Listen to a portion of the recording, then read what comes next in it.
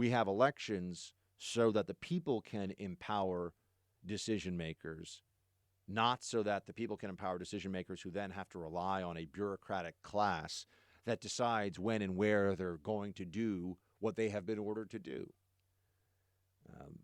They talk about Trump's Ukraine policy like it is some kind of disaster. Trump's Ukraine policy has been better than his predecessors.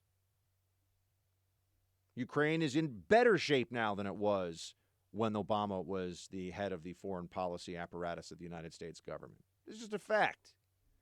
And for all of this, the wailing and the cry, I can't believe they fired Yovanovitch. Oh, my gosh. I mean, I have a lot of questions about this. One is, why did they think that she was bad-mouthing the president? Did that really came out of nowhere? I'm not saying it's impossible, but it seems strange, doesn't it? It seems strange. There was a lot of Obama administration, a lot of Democrat high-level interest in Ukraine before Trump came into office. So what kind of relationships were built there? And who had formed an ideological allegiance perhaps against this president before he even showed up? And people say, but Trump appointed this person, for example. Yeah, because you got to pick for your team from the roster that's there. Okay, well, I got to, you inherit the State Department if you're the president. Okay, I got the State Department. I got, you go to war with the army you have, which Rumsfeld said and was totally taken out of context because that was after he talked about upgrading Humvees and getting better armor and doing this and doing that. And he's like, yeah, and ultimately you got to do what you got to do when you got to do it. You go to war with the army you have. You go to diplomacy with the State Department you have. So that shouldn't be used against the president in the sense that just because he's like, okay, well, I guess we'll confer this person.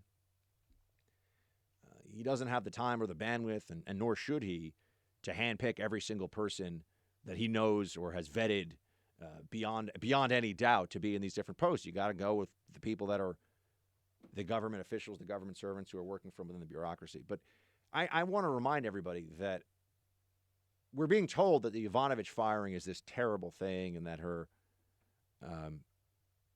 dismissal from her post, next flight out and after 30 years. And how much sadness was there in the media when a bunch of anti-Trumpers entrapped General Flynn after 30-plus years of military service, decorated veteran.